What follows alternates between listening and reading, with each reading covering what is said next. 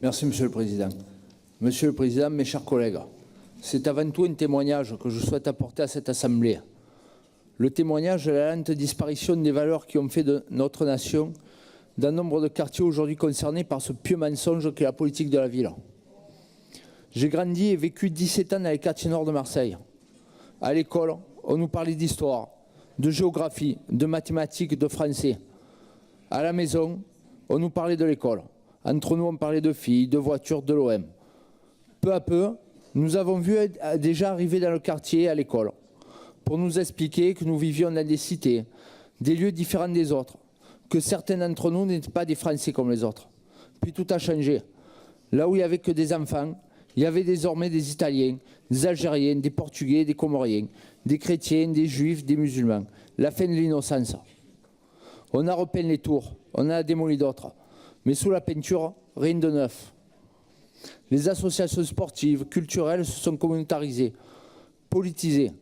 Et loin de diffuser un message républicain, celles-ci nous confortaient dans un sentiment d'exclusion et d'infériorité. Pas un jour sans qu'on nous rappelle nos différences. Et toujours ces autres, ces nantis, coupables sans visage et prétendus responsables de tous nos malheurs. Et chaque jour, de rappeler que nous étions défavorisés et démunis. Le début de l'exclusion. De la culture de l'excuse aussi. Difficile de résister aux sirènes de l'argent facile lorsque ceux censés promouvoir l'autorité, qu'ils soient éducateurs, militants associatifs ou enseignants, vous offrent l'absolution. Beaucoup sont passés par la case-prison, d'autres en sont morts. Certains ont profité de cet état de fait pour réclamer davantage, d'autres pour acheter une paix sociale. Ce marchandage sordide, associé aux revendications des uns, au renoncement de beaucoup, ont achevé la séparation des quartiers de l'État. C'est pourquoi, Monsieur le Président, mes chers collègues, lorsque je vois notre région participer à cette folie, je ne peux que m'insurger et dénoncer ce qui n'est en fait qu'une politique des quartiers pauvres, une politique de l'exclusion, une politique du communautarisme, un paternalisme 2.0.